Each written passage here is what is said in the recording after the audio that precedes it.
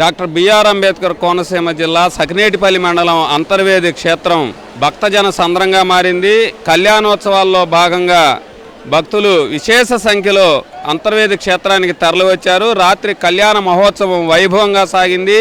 ఈ కళ్యాణ మహోత్సవం పూర్తయిన తర్వాత భక్తులంతా కూడా అంతర్వేది క్షేత్రంలో సముద్ర స్నానాలు ఆచరించడం అనాదిగా వస్తున్న ఆనవాయితీ.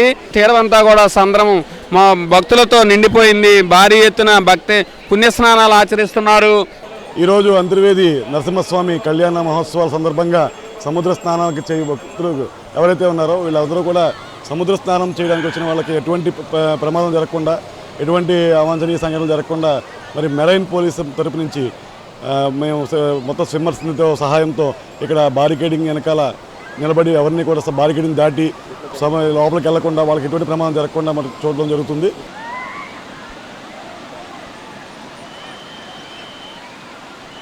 అంతర్వేది నరసింహస్వామి గుడి రాత్రి కళ్యాణానికి వచ్చిన స్వామి బాగా ఏర్పాట్లు బాగున్నా లక్షల మంది వచ్చారు.